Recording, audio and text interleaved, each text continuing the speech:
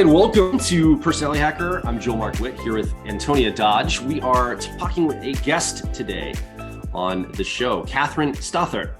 And Catherine, welcome to Personality Hacker. We're glad you're here. Thank you. Yeah, I'm really excited to be here. Yeah, so let's get to know you a little bit. I know that you are an author, a leadership coach, you do some team building, consulting. Tell us a little bit about what we need to know about Catherine before we get started talking today.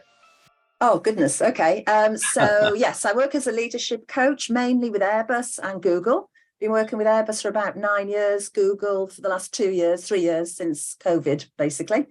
Had a long career, worked for lots of different businesses, initially employed and then self-employed, all sorts of industries, pharmaceuticals, motor industry, etc. Audi, for example. Came across Type quite a long time ago now, nearly 30 years ago, and it sort of changed my life. So I've used Type ever since then for my own personal development, but also I've used it in my work as a coach and as a person who works with teams, doing team building work. Yeah. And, you know, over the years, I've learned a lot. I've read books, I've gone on courses, I've attended, you know, the APT conferences. And that sort of culminated in me writing 2 books in the last 4 years. So 4 years ago, 2018, I wrote a book based on interaction styles. I happen to have a copy here called How to Get On With Anyone. And then just last year, I had a book published on motivation, the ultimate guide to leading your team. And that's based on temperament, or essential motivators, as Linda Berens tends to call it. So I still work with Type, still work with those organizations. I'm also on the board of the British Association for Psychological Type. So, and I'm director of events. So I'm responsible for organising our conferences and other events. And I believe you two are going to be speaking at our conference this year. So I'm really excited and pleased about that as well. We are. And thank you for inviting us. We're excited to be there and present. So somebody watching right now, maybe somebody younger is watching us talk about this, and they just got some new information that there's associations, professional associations for personality types. That's an interesting piece of information, both in the UK, there's one in America, there's one in Australia. There's various organizations that are professionals that are looking to further type development and type understanding. And so that's a piece of information that maybe you watching right now, you didn't know that, and now you do, which is really interesting. You might want to be part of one of those associations, help to tap into a community of like minds. And then the other thing, Catherine, that you mentioned is that you do work with businesses. So you've applied personality type, and you've also written some books. So you've both become an author using this information, but you've also worked with businesses and leadership teams and helping them understand more about their team dynamics, I'm guessing, and all of this. So that might be something new also for somebody watching right now, that there's another application to personality type besides just maybe YouTube videos or other things. There's also business applications, which someone might pursue. Yeah. So your book about motivation, I think that's really interesting, because I think a lot of people right now are struggling with motivation. I think that there's, you know, after lockdown, after the pandemic, everybody's kind of getting back to their real lives, whatever that means now. And I've noticed, and even in myself, I've noticed I've been struggling a lot with motivation. Like there's just a lot that we're dealing with, I think, after all of this. And there's a lot of pressure, a lot of concerns. And people are like, how do I get myself to do the things that I need to do to get the life that I want? Often is the question. And so I know that you've worked with businesses, you've written the book about motivation. Maybe we could talk a little about some of the principles there and some of the ways that you approach it, if that would be a good conversation today.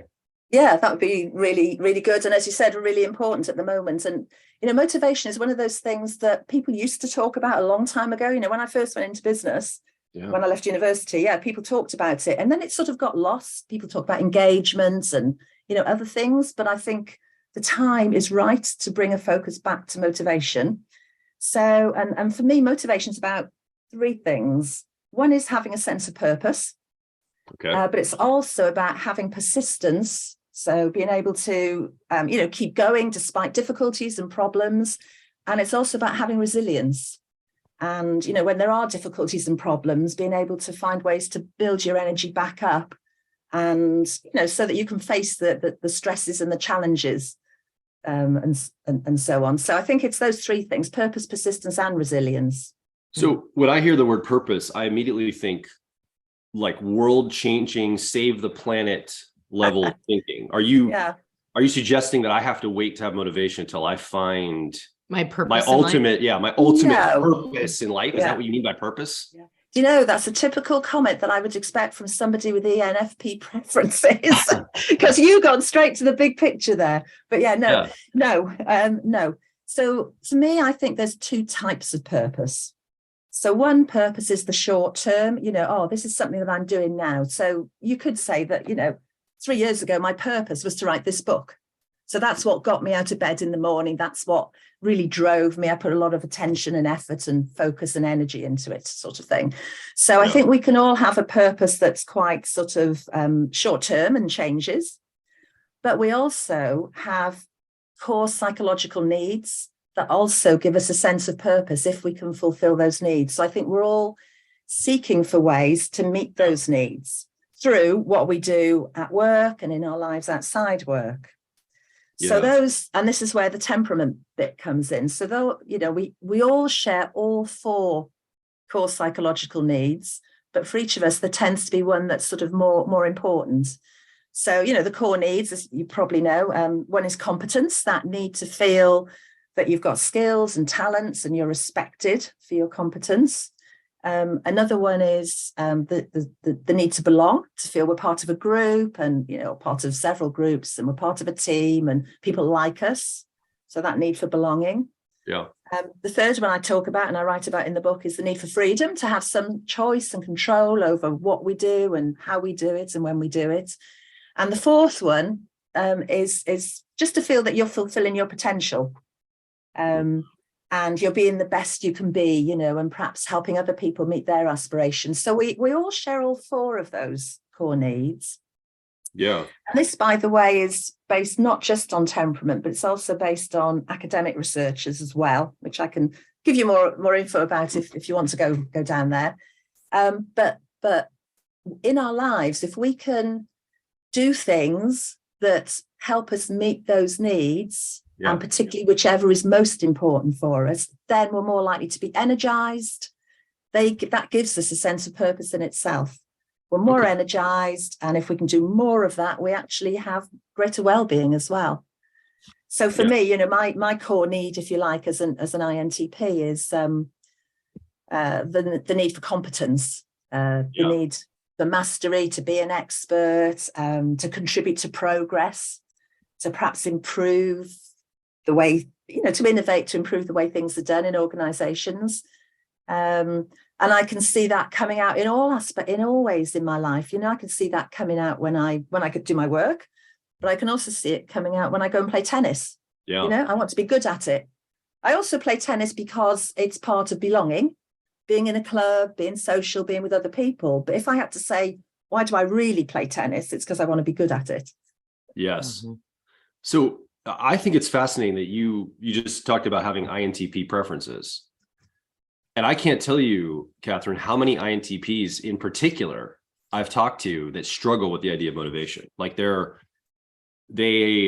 have almost like this sense of like, what does it matter? It doesn't make sense to do the thing. It's not logically consistent.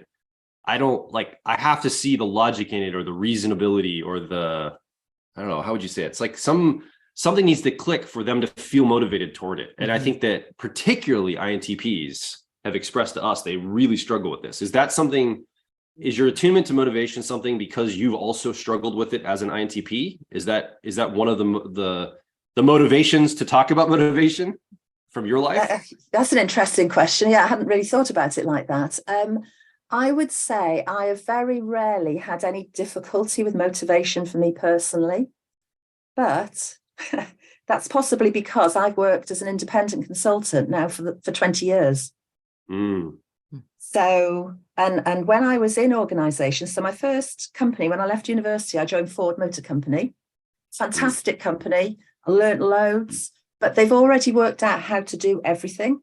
So there was very little opportunity there to be creative or be innovative or whatever. I left Ford and joined a startup company in telecoms. And I loved it because I could introduce new ways of doing things, I was in HR, so introduce an appraisal process or, a selection method or whatever. And I loved that. So I think where I mean, I shouldn't generalize from my own experience. All I can say is for me, Yeah. where I feel motivated is when I've got more chance to be innovative, bring in new ways of doing things. And where I feel stifled is when I'm too much, you've got to do this, you've got to do that, follow this procedure, follow that policy. No, you can't change that. That's stifling. So I think if you're an INTP in an organization, then, you need to try and find an area where you can use those things that motivate you, that desire to be competent, to be innovative, where you can tap into those. No job has, there's no job where you're doing what energizes you 100% of the time. That would be completely unrealistic. But I reckon, if you can find a job where 50% of the time you're doing the stuff that energizes you, then you can survive and you can persist and you can be resilient. If you're in a job where you're only doing that for 10% of the time and the other 90% is draining your energy because you're having to do this and having to do that and you're getting 100 emails and there's a lot of demands. I think INTPs, or me, we don't like to have too many demands from other people. We like to make our own decisions about what we're going to do and when we're going to do it. So I guess that's a bit of the need for freedom as well in there, actually. Oh, yeah. That makes a lot of sense. So for a person who might not be familiar with, you just talked about these core psychological needs, essential motivators, and that they're associated with temperaments. And I know that you also talk about interaction styles. For somebody who's like brand new to all of that, maybe they just type the 16 types or maybe cognitive functions. Can you do an overview of that lens of looking at the system? Yeah. Okay. So the way I often explain it to people is that I'll talk about temperament first, or essential motivators, and then I'll perhaps talk about interaction styles. So temperament is a way of collapsing down the 16 types into 4 groups of 4 that are particularly relevant to motivation. So when you do, I don't know how you find it, but when over the years, as I've done type with different groups, particularly managers in organizations, they're busy.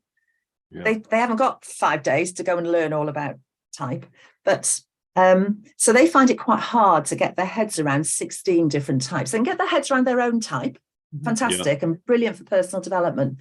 But when they're trying to think of their teams or their colleagues, they need something a bit simpler that they can get their heads around. So temperament collapses down the 16 types into 4 groups of 4 that's particularly relevant to motivation. So, and the 4, I mean, I don't know if I can go into the names of them if you like. I use the Linda Berens names, although I think, Antonia, when we were talking the other day, you mentioned Please Understand Me. That is my copy from about 1980 something. That was one of the first books I bought about type or temperaments after I qualified. Anyway, so Kiersey, who invented, I guess, in a sense, the modern version of temperament, used a certain set of names. Linda Berens, who did more work, uses a different set. So I use Linda's names. They're in my book, and obviously with her permission and so on.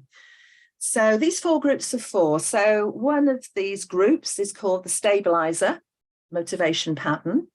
That's people that typically have SJ preferences. And they tend to be motivated to belong. So they're motivated by this need for belonging that I was talking about earlier. They want to be part of a group. They want to contribute to a team. They enjoy being of service to other people. So my husband falls into this group, actually. So he's retired now, but when he retired from the organization he worked for, he immediately became a trustee of 2 charities. And he loves being part of these groups that are doing good, working with other people and so on. He also joined a committee of a social club that he belongs to. I have a friend, ESFO, he's ISTJ, if I didn't say that. I'm not sure if I said that or not. Then I have a friend who's ESFJ, very similar, that SJ, that stabilizer temperament, that need to be of service to others. So she runs a lunch club for elderly people. She's always helping people with stuff. She likes to be part of the community. She goes to church and all those sort of things. So the point about these motivators is they come out in your patterns of behavior. So this core need for belonging that the stabilizer has comes out then in what you choose to do in your time, with your time. comes out in how you behave. And that happens to correlate with the S and J preferences. Mm-hmm. Okay, so that's that one. So then if I go on to theorist, which is the people with NT preferences, this is the one I was talking about earlier. Myself, I share this. I think, Antonia, you probably share this temperament as well. So people with a strong need for competence, they want to have mastery, they want to be an expert, they want to contribute to progress, they want to improve the way things are done, they want to bring in new systems, new processes if they're in an organization. And they like to be independent. They expect other people to take initiative. So if they're a manager, if they manage other people, they don't expect to tell their teams what to do. They expect other people to take initiative. Whereas the stabilizers, who I was talking about earlier, they expect people to take responsibility, but someone who is a stabilizer actually often wants to be told how to get started. Mm-hmm. Whereas if you're a theorist, you want to just be given the broad task and you go off and run with it. The stabilizer wants to perhaps, get me started. What are the steps? So, as I said, different patterns of behavior. And then the catalyst temperament, Joel, which I guess would be yours with the NF preferences. Oh, yeah. So they are motivated by the need to fulfill potential, and that can be fulfilling their own potential, obviously, and being authentic and being true to themselves, but it can also be helping other people reach their potential and reach their aspirations. So they tend to be very good at harmony. They tend to have diplomatic skills. They're good at building bridges. They're good communicators. And so I'm not trying to flatter you, by the way, at the moment. Oh, keep it coming, Catherine. I'm loving it. I'm not going to stop you. So and often, actually, I think, I can't prove this 100%, but a lot of people who work in charities and in education have the catalyst temperament because they want to help other people. They want to make the world a better place, as you referred to earlier, Joel. And then the fourth temperament, or set of essential motivators, is the need for freedom. And this is the improviser temperament. That's Linda's name for them. And they are people who are good in the moment. So this correlates with S&P preferences, so extroverted sensing, very good in the moment, good in a crisis, good in an emergency, strong tactical skills, like to be impressive, they're just motivated by that freedom. They don't want to be constrained either by following rules and processes. Yeah, I think you can see with these different drivers, there's lots of scope for conflict between different so that improviser temperaments, they don't want to follow the rules and the processes, but the stabilizer wants them to. Yeah. So, if you know more about what you need, what your temperament is, then you can make choices about your career and your life that fit with who you are. And also, if you're managing people of the different temperaments, you can adapt how you manage them to fit what they need from you, really. Yeah. Let me just take a moment here. So if you're watching or listening along, just as a reminder, how you discover or pick out your temperament is the SJ, for example, those are the two letters from your 4-letter code. That's sensor judger. That's the temperament that Catherine talked about, the stabilizer. NT, that's the two middle letters, intuitive thinker. Those are the theorists. NF, intuitive feeler. Those are the catalysts. And then SP for sensor perceiver out of the 4-letter code. Those are the improvisers. So if you're like, which temperament am I? That's how you would find that for yourself, by basically looking at those letters, SJ, SP, NT, or NF. Mm-hmm. And that categorizes you in one of 4 groupings of 4 types that fit there. So for example, all NTs, ENTPs, INTPs, ENTJs, INTJs are in the NT group of theorist. So that's how you would find your temperament if you're following along. Maybe this is new material for you. Mm-hmm. Yeah. So just want to make that comment for somebody watching. All right. So thank you very much for doing the overview. So everybody's caught up to speed. So let's talk about, or at least what I'd be very curious to hear your, what your research has come up with, which is, okay, so I know I'm ENTP preferences, that makes me a theorist. Competence is my motivation, right? That's my core psychological need. okay, but I'm not particularly motivated right now. So how am I supposed to use competence as a guiding star, right? Like, I don't really care about anything right now. I can't get out of bed or whatever, right? Like, how does this, is the assumption that I'm already in the swing of things and I'm just needing a little bit more to get more out of me? Or like, can this help somebody who's really struggling with motivation at all? Okay, if you're really struggling to get out of bed, then you might have clinical depression, which is a whole other area. And Gotcha. I'm not competent to talk about that area. But yeah, if you're struggling a bit to, get going and nothing's really exciting you, then if you have that NT, that theorist motivation, then the idea is look for somewhere where you can be competent. Find something that you're interested in where you can actually feel your need to be competent. It might not even be at work, or it might be something, a side issue at work. You might want to go away and research a particular topic that may or may not relate to your work. You might want to, I'm learning Spanish at the moment. You might want to do something in your life outside work that helps you. It's that need to feel good at something. And if you're, if in a lot of your day you don't get the opportunity to feel good at something, that's demoralizing, particularly for theorists, although actually for everybody. So for theorists, go and find somewhere where you can feel competent. Go on, Joel. I can see there's a question coming. Does it work in reverse? Like, could an NT theorist be motivated by not looking incompetent? In other words, they're motivated to make sure they don't look bad in front of others or look incompetent. Oh, yeah. They're running and hustling to make sure they're shoring up everything to no one will find out I'm incompetent in this area. That could also be a driver. Like, competence could go either way, right? I guess it could, yeah. And they certainly don't like appearing incompetent. Yeah. And they absolutely hate they hate making mistakes.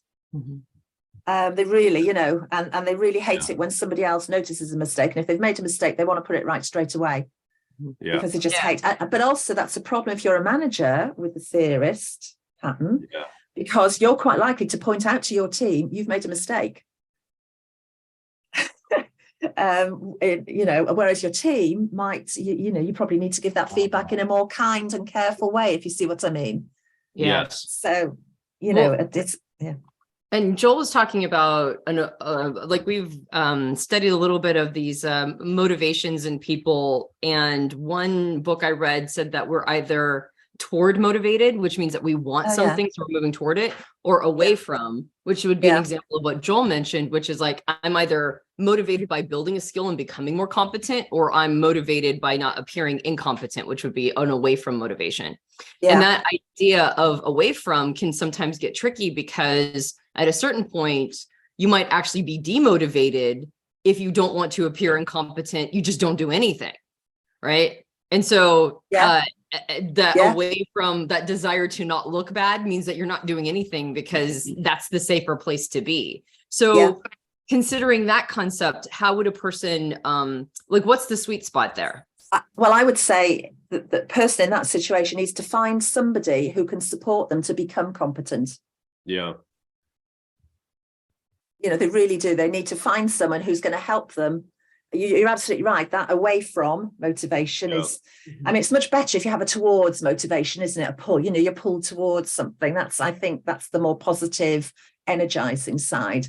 But if your motivation is, to avoid something, the away from motivation, then find somebody, if you're a theorist, who can help you become competent.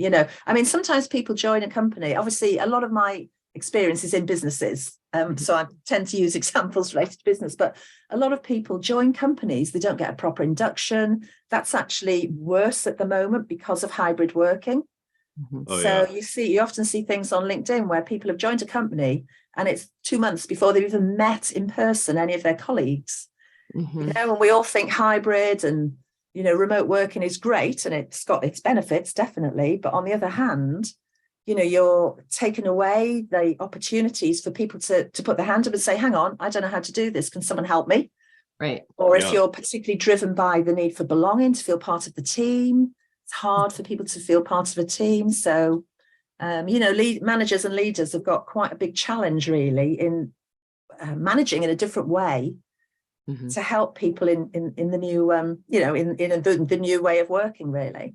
Yeah. But going back to your question about, what helps a theorist. So if you're a catalyst, say, and you're feeling demotivated, then probably the sort of things that are going to help you to get going are obviously finding a purpose. But if you can't find one, simple things help catalysts, like, at the end of every day, keeping a log of 3 things that have gone well.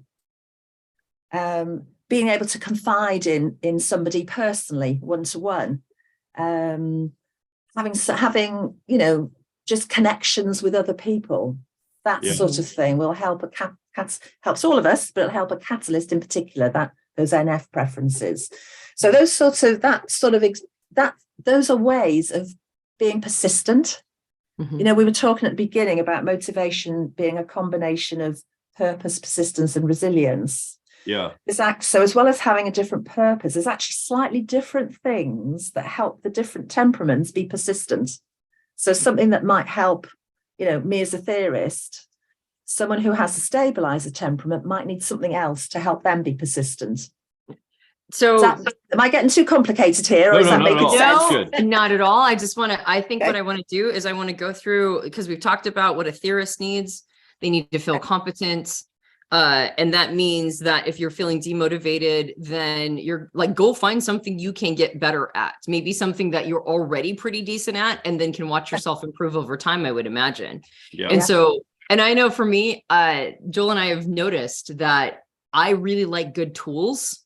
So if I'm demotivated, the purchase or the acquisition of a really good tool for whatever job I want to do gets me really excited to do it, because I want to see how much better I can be with this new tool. Oh, it aids your competence. Yeah, it aids my competence. It makes me more competent. So for me, it's like, go buy, like, if I'm feeling really demotivated for a project, I'm like, well, I just need to get myself a really good tool. I know that's not going to work for everybody, but I know that that's something that I've used as a hack to go into projects that I'm not that excited about, because then I can like be better at it. Even though I'm not enthused, I can still be better at it if I've got a really solid tool. That's a great example, by the way. I'll have to remember that. That's a great example. I'm like, I don't really want to do this project. Oh, but I have this great new microphone. Right. And I'm like, oh, I want to try the microphone out. Exactly. For NFs or for catalysts, you mentioned keeping a log of things going well, which that's like sort of watching your potential unfold. Make sure that like you're observing yourself doing better, or like you said, connect with another person. I would imagine just being able to inspire another person, right? Have a conversation, and maybe even with an upbeat sort of attitude, and you kind of go, well, what if you did this in your life? And the other person's like, that's interesting. Or like seeding ideas of positivity. I would imagine would make a catalyst feel real good. Yeah, definitely. Well, I think so. Joel, you can probably say if that's true or not. But absolutely, for sure. So they like to feel they've helped people. Sorry, go on. No. Yeah, no, I'm interviewing you, so you should be the talker. That said, stabilizers, it's a sense of belonging. So my pattern recognition says, like, go find a place that you can connect with other people at, like like you mentioned, you're in a club or something to that effect, or what would be the recommendation for stabilizers? Probably, find a team or get yourself into the team. Sometimes stabilizers sort of at work get into a situation where they feel left out. I don't know how this happens exactly. Maybe it's the more introverted temperaments. I don't know, but they can feel left out. So they want to feel useful. So find something where you can be part of that team, where you can feel, I'm really useful. They need me. I think that's what stabilizers want. Also, of course, bear in mind, they've got introverted sensing. So that's recalling stuff from the past. So something that can help a stabilizer be persistent and continue to be motivated is just recalling what's helped them in the past when they've had difficulties or problems or challenges, or recalling what's gone well in the past. Getting ideas from others, that sort of, if intuition is their inferior function, they often lack ideas, so they can get stuck. Oh God, this isn't going well. What can I do? So working with, or having a chat to somebody who's got that, intuition, who can brainstorm a bit, who can come up with some ideas, that helps them, because suddenly then they can see a way through. So those sort of things I think help stabilize us to persist and, you know, maintain their motivation even when there are difficulties and challenges. Yeah. All right. So I'm still at purpose. And then I want to talk about the four different the four different temperaments in terms of persistence. And then I want to talk about them in terms of resilience. Oh my goodness. I have a feeling I was already in persistence then. I know. So I'm like, fine. I'm laying it out just a little bit so that I can get a real clear idea. Okay. So then improviser types, these would be SPs.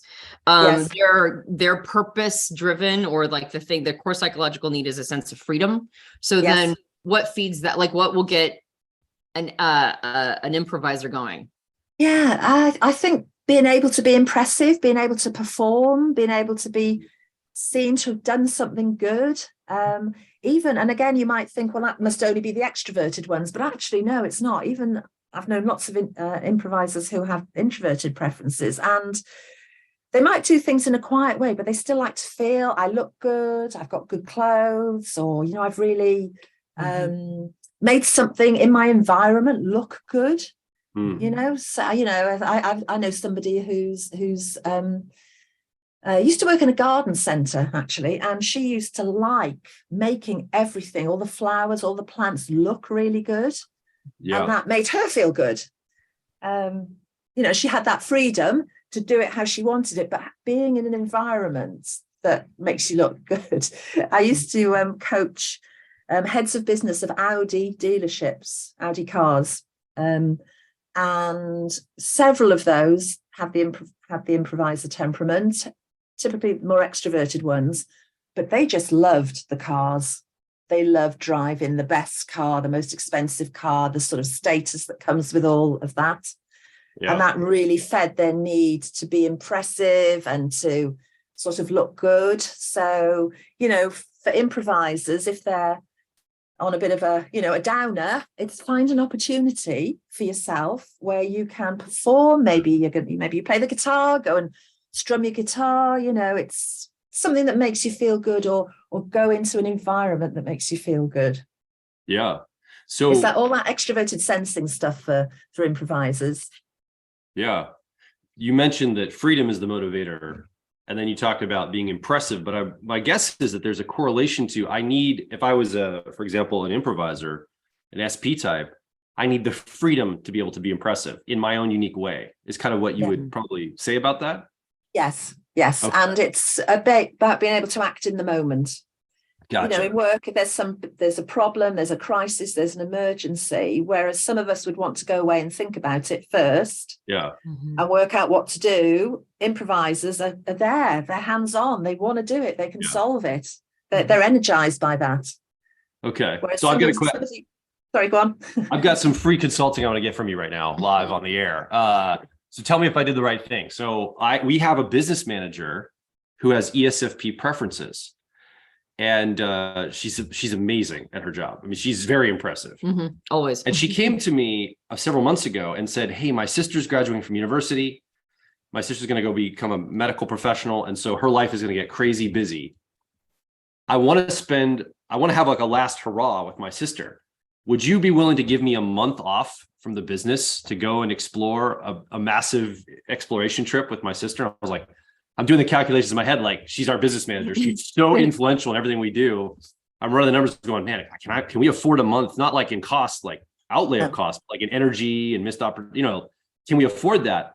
But I had the moment going, I think this would probably send a signal to her that we value. I didn't even know that the motivation would be freedom necessarily, like based on this model. But I made the choice to say, yeah, let's do it. Let's figure this out. Let's do what we have to do. As a manager, I mean, that's maybe an extreme example. Maybe not every business or context could do that. But would you say, give me consulting, Catherine, did I do the right thing as a leader? Interestingly, Joel, I think you probably did the right thing for you as well. Okay. Because maybe not with your business head on, but with your inner need to help people develop and have harmony and be diplomatic, all those things. Okay. You probably did the thing that made you feel better as well. Also Was true, yeah. the right thing for her? Yeah, why not? You know, go off and explore the world, be adventurous. I think that fits, you know, very well with ESTP and ESFP preferences. And Yeah, and obviously with her sister, with her feeling preference, you know, she'd want to do it with her sister. Yeah, I think you definitely did the right thing. I'm sure she'll come back and be even more motivated. Fantastic. Because you let her go and do that. Yeah. Okay, good. So that's kind of like in a real practical way. I mean, maybe again, if somebody watching right now, that's not your business context, either on the asking for that or the giving of that, but there's principles you could draw from that idea of that's the kind of thing, the real world application we're talking about by honoring somebody's motivation to give them the needs they have or to express the things that are important to me is like, for example, the NF, right? Even on my side, I wasn't even thinking about that, but you're reflecting back to me. Yeah, it was probably rewarding for myself as well. So thank you for that, actually. Yeah. All right. It might have been interesting for you to weigh up. I mean, I'm not suggesting you do this now, but you know, Antonia might, if the request had gone to her first, might have taken a different approach. Not necessarily had a different answer, but have a different way of thinking about it, possibly. Yeah. Okay. Yeah, interesting. All right. So, okay, so that's purpose. That's how we stay motivated with our sense of purpose. So now, even though we baked it in a little bit and talked a little bit about persistence, let's talk about how each of these 4 temperaments gain the strength to be persistent. Now, can you define persistence just a little bit? I mean, I know that we all kind of have an idea in our head, but you do mention persistence versus resilience. Yeah, so the same thing to me. Yeah, or they sound very close or close enough so that I think it warrants a definition. Yeah, okay, that's a tough one. So persistence is being able to keep going. Okay, so you know you've got your purpose, you're working or whatever. Persistence is having that determination to carry on, you know, for a long period of time potentially, even when there are setbacks and challenges. The way I define, so that's a general definition, but the angle I take on it is that it's about managing your thoughts and feelings so that you stay positive and confident. Because, you know, if you have self-belief, if you have confidence, if you have self-efficacy, to use the sort of psychology jargon, then you're more likely to be able to persist. If you're low in confidence, you know, if you don't think you can do it, if you lack that self-belief, you won't persist for very long. So, of course, in my book, because my book is aimed, primary audience is leaders and managers in organizations, then I talk about what you can do as a leader or manager to help people persist. So, for example, giving them feedback that is sort of positive. I don't mean saying you've done a wonderful job when you haven't, but giving them helpful feedback, useful feedback from which they can learn. And doing it in a way that builds their confidence rather than knocks them right down. So that's the sort of thing I mean by persistence, managing your thoughts and feelings to stay positive and confident. And then, as I said, managers can manage people in a way that knocks their confidence or in a way that builds them up. And then if you're an individual, we've probably already touched on some of the things you can do for yourself as an individual, depending on which temperament you are. You know, that helps you to stay persistent. Okay, so let's go through the 4 just to give people a little idea. I mean, I'm this is all way more flayed out in your book, but we're just giving people little hints. Okay, so for persistence and NTs, did I say it was, or did I hear you say persistence is in some ways finding somebody to help, or was that not persistence? That was about if you're feeling incompetent. Then find someone who can help you, find an expert or somebody to mentor you. I mean, NTs like mind maps and things, maybe if you're a bit stuck, do a bit of a mind map of the problem and potential solutions. Get your focus back on the goal. Forget about the difficulties and challenges. Get your focus back on that long-term goal, that purpose, that thing that you're trying to achieve at the moment. So those sort of things can help an NT, a theorist, to be persistent. Yeah, I like that idea that you're defining persistence as basically self-managing, managing your own thoughts and feelings. And I think as a theorist type, as an NT type, I know that when I'm really struggling and I need to get some persistence, a conversation around, it's a quote that's attributed to Albert Einstein. I have absolutely no idea if he actually said it, but or how he said it, if he did. But there's the adage attributed to him, which is, if I had an hour to save the world, I'd spend 55 minutes defining the problem. Yeah. And I find myself when I'm really low, if I can get into a place where I'm like, I'm just kind of defining the problem, like trying to figure out, like you mentioned, a mind map or something. Now, I've known that sometimes that can lead to self-indulgence for maybe other people. And I don't know if that's because they have different type preferences, but for me, it makes me start to feel like I have some control over the situation. If I can really define it well, and I can get caught in a little bit of a loop there sometimes if I'm really struggling to define it, but a conversation with another person to help me get new, fresh ideas, or, you know, like looking at it from multiple angles, that can sometimes help overcome any emotional management that I need to be doing. Because if I don't feel like I can think my way through it, then I get overwhelmed with like feelings of like, you know, like, well, I guess it's fate, or I guess I just can't handle this thing or whatever. Like the emotions overtake me. Yeah, you're using your introverted thinking, really, aren't you? That what I would call the analyzing approach to get you back to feeling competent and being able to deal with whatever the situation is. Yeah. All right. So for persistence for theorist types then is finding somebody who can help you improve, right? Mentorship, diagnostics, mind maps, like getting into the problem. What about for catalyst types? We talked about them, catalyst types. In order to have purpose is a sense of fulfilling potential, you know, just being able to get those connections with other people. But what does persistence look like for a catalyst? Okay, so you mean when they're lacking in persistence, what should they do about it? Yeah. Right. Yeah, I mean, reminding themselves of the connection of what they're doing to the greater purpose. Yeah. I think. Like holding a vision. Like tapping right back into that vision or the crusade or the thing that that bigger purpose, that purpose that's beyond yourself, that particularly, I mean, we all need a purpose that's beyond ourselves, but catalysts in particular need to feel they're contributing to something that's bigger than themselves, that's greater than themselves, sort of thing. So finding that connection, as I mentioned earlier, maybe keeping a log of the positive things that have happened every day, so you don't get too into oh my God, this is all terrible.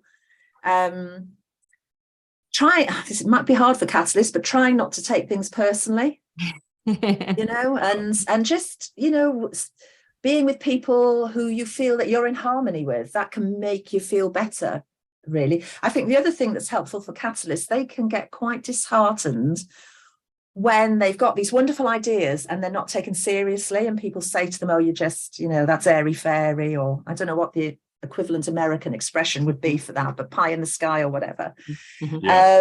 So I think catalysts sometimes benefit from having someone that they can bounce their ideas off one-to-one first, to get a bit more grounded and realistic and realize how they might need to put those ideas across differently to other people, you know, with the more sensing and preferences and so on. So I think that's something else that can help catalysts. They do get easily disheartened, I think, if their ideas for changing the world are getting, you know, not flying. Yeah, that tracks. It definitely tracks. And I think I've noticed too, it's not just poo-pooing the idea on the grand scale, like, oh, that would never work in real life. It's misunderstanding the intent of the idea too can be very challenging, I think, for me as a catalyst. I'm like, no, I understand the practicality of things sometimes. It's not about the practicality. It's about the person's not understanding how a couple things connect. And when they can't see it, it's so disheartening. It's like, you can't see how these multiple things connect into a bigger picture. And they can maybe see three things in isolation, but they can't see how they all come together to make something larger. And it's not like it's impractical. It's just really complex thinking or complex understanding of how the system would be set up. And that's usually frustrating to me, even more than somebody trying to make it practical. I actually welcome the practicality personally. That's just how I'm wired. And I know that there's sometimes when Joel and I will have conversations and he won't feel heard by me. Yeah. Because I'm trying to figure out, like, he's like, I have a word of warning, or I think a thing is going to happen. And I'm like, okay, explain it to me. And he's like, I don't know. It's more energetic than anything. And I don't have the words. I don't have the language for it. I just have a sense that this is a thing. And I'm like, well, okay, cool. I'm glad you have a sense, but like, is there any way to put it in any sort of language where I can understand, you know, other than it's just energetic? And so I think sometimes we catalysts have gut reads. Yeah. You have to translate it to maybe theorists. Like there's two, you know, NT and F's working, other people. But even just between NT and NF, there's some breakdown because I have a gut, almost an emotional information or energetic information about something. And sometimes as I try to articulate it, it doesn't land with Antonia as well. and vice versa. Sometimes the articulation doesn't strike me emotionally as much as like maybe an emotional experience would. So I'm guessing you do a lot of work on teams where you help people understand those differences too. Yes. And often at a basic level, I mean, with the zigzag, zigzag problem solving model, SNTF, reminding people that you need to go around all four. So that's, particularly the F, the feeling bit, which empathy, I tend to refer to it as empathy, which people in businesses tend to ignore. Yeah, absolutely. All right. So let's talk about stabilizers. What do stabilizers need for persistence? Okay, so they need to, one thing that can help them is to remember how they dealt with particular problems or issues or similar issues in the past. What worked then, what worked last time. Getting into working with someone where they feel needed, getting involved in some project or some activity. Needn't be a big project, can be just some small activity, but where they feel needed, where they feel they belong. Somebody needs them to go and do something, can be doing something practical. It might be, I don't know, sweeping somebody's yard. It could be anything. Fixing somebody's car, but just something where somebody needs you to go and do it for them. That starts to help them feel better about themselves, really. They need a place to contribute. They want a place to contribute. Yeah, and the word belong makes me think of like, I need to feel wanted, which I'm sure that's part of it. Yeah. But also belong could also mean in a sense of like fitting in a puzzle piece. Like there's a role, there's a spot for me to fill. Yeah. I belong in this organization, in this spot. Like I'm wanted, but I also fit. Like there's two parts of it, right? It's not just about like desire to have me there. It's also that I fit perfectly in this role. Yes. I love that comment. And I can, okay. Yeah, I can see that with, say, my husband. One of the charities he's involved in. His background is in finance, ISTJ background in finance. He fits in that role, doing the financial stuff and keeping them on track from a business and financial point of view. Yeah, So it's not just about, oh, we're all friends, we're all happy, we're all, it is very much that role. They need me to do this role. Yeah, no, I think that's a great comment. Yeah. Okay. All right. And then did you also say that before, if a stabilizer is having some challenge, maybe talk to somebody where they can get ideas? Yeah. Because that inferior, intuition, if that's their fourth function, sometimes they just don't know where to go with something. They think there's nothing that can be done. But you talk to somebody with an intuition preference, and there's all sorts of ideas being thrown out. Oh yeah. So great. And then let's talk about improvisers being persistent. What do they need for persistence? They like fun. They quite like a contest. So if they can find, or if you can help them find some fun in something, or there's a bit of an element of competition, a bit of a contest, somewhere where they can do something practical. I think I mentioned earlier, playing a guitar, drawing a picture, fixing something that's broken, somewhere where they can look impressive, but very much in the moment. That will help them feel, okay, I'm fine, let's get back on track, sort of thing. And also perhaps that what's in it for me, what's something where they personally are going to get something out of it. Well, I can almost see a lot of improvisers probably struggle in organizations because a lot of organizations are set up specifically to tamp down the individual and the expression of the individual, because you have to homogenize everything to get it all to operate, right? Everybody's got to kind of be, you can't have like spikes in an individual expressing themselves too much, or it kind of disrupts the entire experience. And so it's been my experience just observing that SPs types, the improviser types, have a very interesting relationship with organizations. And often I've noticed they tend to thrive in organizations that have at least space for that, like spike of individual expression of like being performative, showing impression, where they get rewarded for that, right? And I think that's something that, like, so sports, for example, like improvisers often end up in athletics or sports because there's complete space for them to show, just like to demonstrate just how much they can do or to look impressive, would be my guess. So so I'm guessing that maybe the improvisers have a very unique experience when they're inside of organizations, maybe even more so than the other three types. Yeah, and I think, it's opportunities. What suits them is dealing with a crisis, dealing with an emergency. Yeah. That sort of, I can fix that. In IT, for example, it could be a technical problem. I can fix that. Great. And aren't I wonderful? Because I fixed it, I've stopped all the systems going down. Yeah. One of the case studies in my first book, How to Get On With Anyone, it was actually about somebody. I don't quite use this language in that book because that book's about interaction styles, but it was basically somebody with SP preferences and somebody who was INTJ. And they constantly had a clash because every time there was a problem, the manager with the SP preferences wanted someone to just to get in and fix it and do it. The person who was actually responsible with INTJ preferences wanted to go away and think about it and have a plan and wasn't terribly communicative about what she was going to do about it. Right. So, yeah.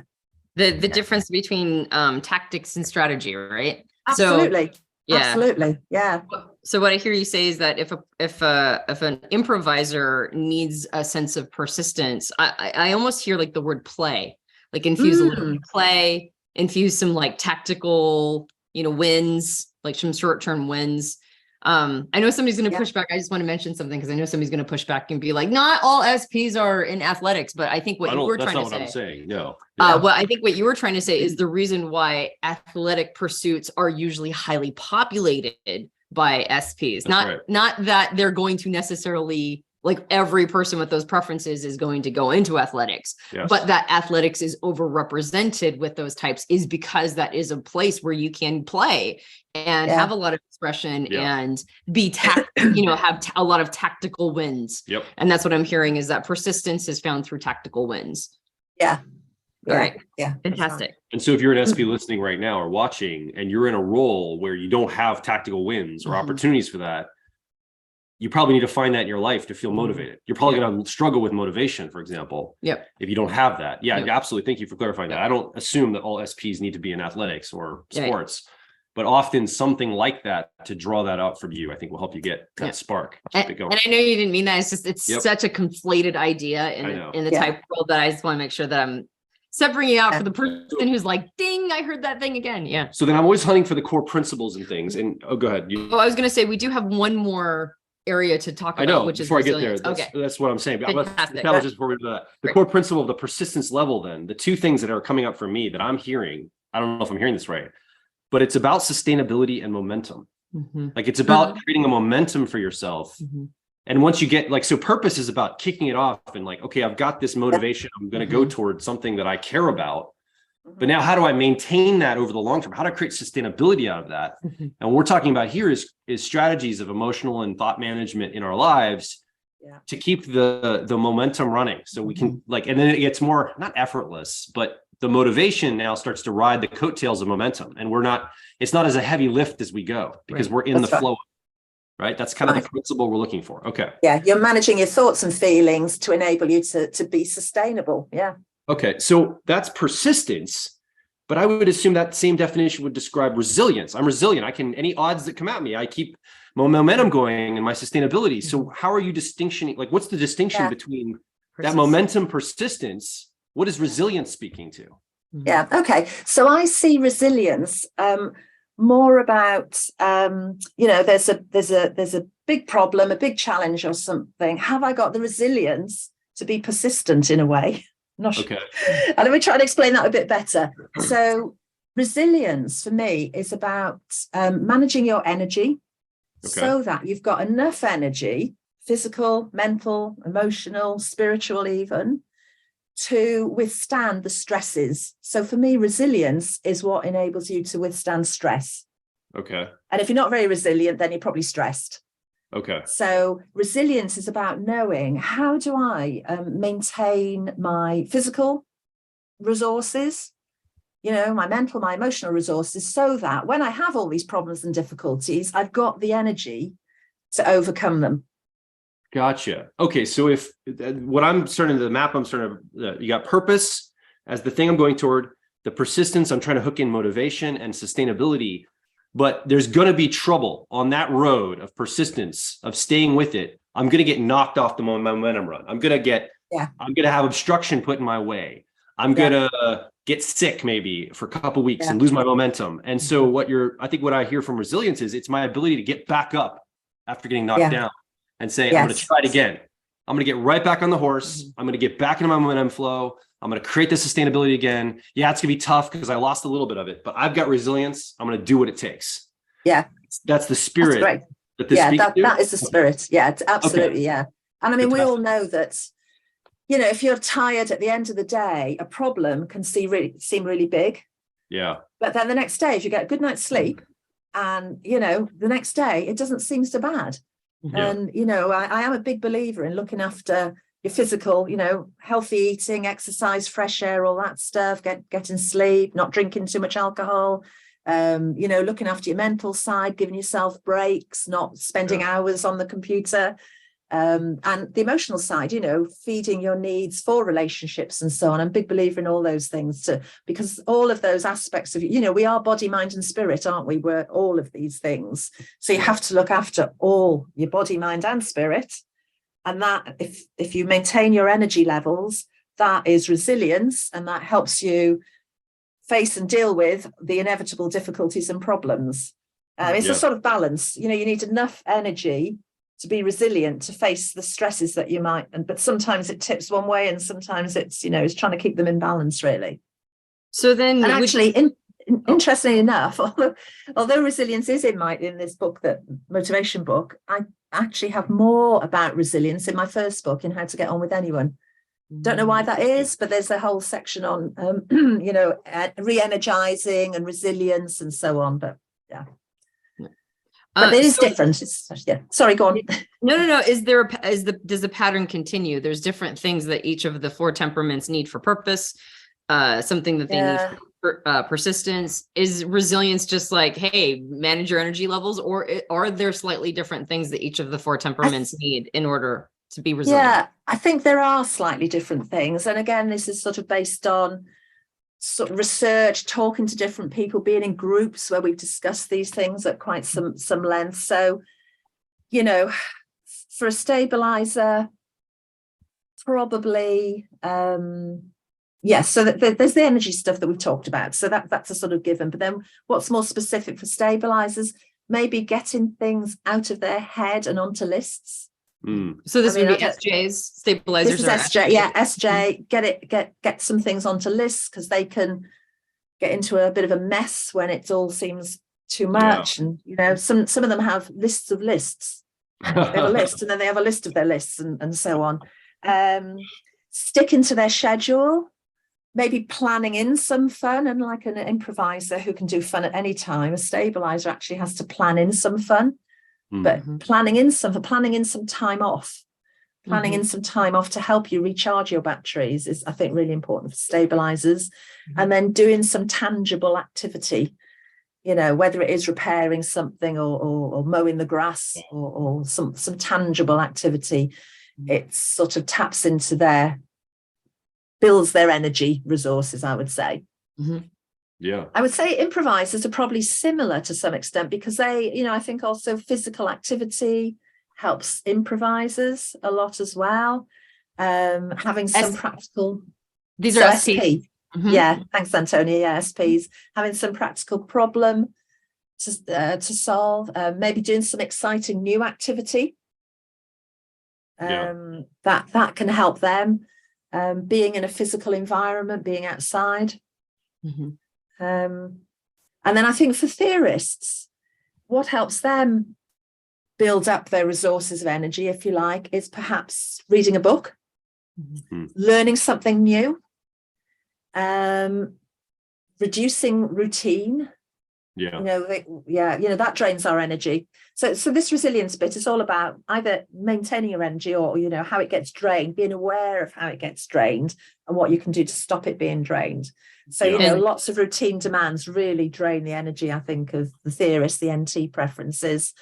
And also having more time free of demands, all those demands of all those emails coming in, these requests to go to meetings, you know, all the shopping that needs to be doing, or the washing that needs to be done.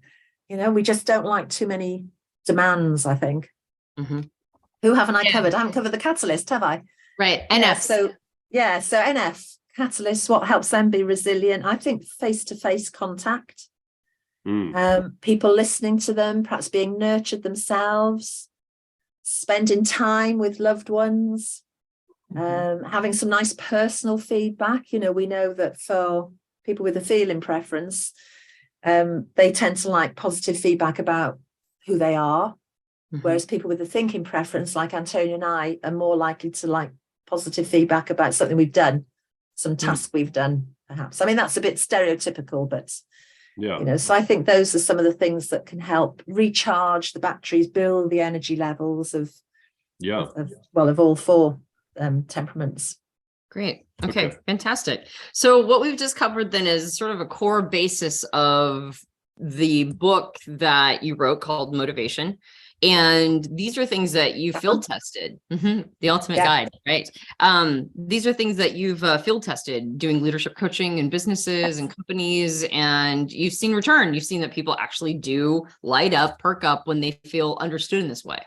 Yes, absolutely. And that's why I enjoy being a leadership coach, actually, because people get these aha moments, which is fantastic. I mean, they also do in a team. With a group, you get aha moments in the team. But it's, you know, that's why I enjoy my work. This is really great. Yeah. Okay. So by the way, thank you, Catherine, for coming and sharing your insights, some of your experience in working with these methods and going through this process. So again, just to recap, this idea of purpose, it doesn't have to be this huge, big, ultimate life purpose. We can have smaller purposes that we live for on a more day-to-day or year-to-year basis. So that was a really key learning I got from that it can be more short-term, more focused down. We don't have to go save the world to have purpose, basically. And that can be a spark of motivation, because now I've got something that I'm working toward, whether that's a goal, a small purpose, something I want to contribute. And we talked about we organized all 16 Myers-Briggs types, the 16 personalities, into groupings of 4 by temperaments. So SJs, stabilizers, and Ts, theorists, NFs, catalysts, SPs, improvisers. And we talked a little about the motivational needs of those 4 groupings. And so once purpose is found, then the idea of persistence, getting a motivation, getting kind of that stability, that sustainability, that motivation, riding the coattails of the momentum you've got going, right? The momentum that is helping you pull through. But inevitably, we're going to get kicked off our momentum. We're going to lose track of something. Holidays come, we get sick, something's going to knock it away. And so we've got to get back onto it. And that's where I think resilience really steps in for us as people, to get back up and reconnect to the motivation that we have. And I think some people can I think during lockdown and pandemic, I can tell you that my motivation was taken out because my momentum was disrupted, right? I'm at home all day. All my normal systems were they're gone. And so it took me a little bit of time after lockdown ended for me to get kind of back on the horse, back into the flow of everything. I'm sure that's a comment. If you're watching right now, I'm sure many people have that experience. So this is fantastic. I think it's a great little framework to go through and talking about those needs. So I already have both of your books in my Amazon cart that I've ordered. They're on the way to our house to have for my library. I want to encourage somebody watching right now also to get your book. Would you be able to just hold both those up so you can see the cover really quick? I think it's going to be a really great addition to your library. How to Get On With Anyone and Motivation, the Ultimate Guide to Leading Your Team, both by Catherine Stothart, Stothart. And also, if someone wants to find out more about you, they can go to essenwood.co.uk. So Essen, ESSEN, Wood, WOOD.co.uk for those Americans that don't know what .co.uk is. So head over there and you can find out more about what you do, Catherine, the work that you do. Anything else that we didn't ask you'd like to kind of leave us with as a message or something that you wanted to share that maybe we didn't tune into today? Oh, I don't think so. I mean, another time, maybe we'll talk about interaction styles, which is a whole other way of collapsing down the 16 types into 4 groups of 4. And if we do that, that would be great. Yeah, the only other thing is the conference, the BAPT conference that we touched on at the beginning. So many different speakers talking about so many amazing topics, you know, everything from neurodiversity, vulnerability, archetypes, Jungian shadow stuff, all sorts of a whole range of stuff. So I would really say, you know, if you're somebody who's interested in learning more about type, tune into our virtual conference. It's quite cheap. It doesn't cost a lot. And it's an amazing opportunity to learn from people who've, you know, gone into a lot of this stuff in some depth. But it's been great talking to you. Thanks for inviting me on. And I've learned lots of things. I love the way you've expressed, you know, put across some of these things. So yeah, I've learned a bit today as well. That's great. So yeah, the British Association of Psychological Type, there's online events happening. And if you're watching this, that's something you could be a part of to connect to a community of like minds in the UK. And again, they're around the world, different organizations, but the UK one is the one that Catherine's associated with as the event lead, event coordinator. Again, thank you, Catherine, so much for being part of this conversation today. I actually do want to talk to you more about interaction styles in the future. I think it'd be a great convo, and let's do it. Let's get on the books. Fantastic. So thank you so much. Thank you for watching, and we'll talk to you on the next Personality Hacker event or recording.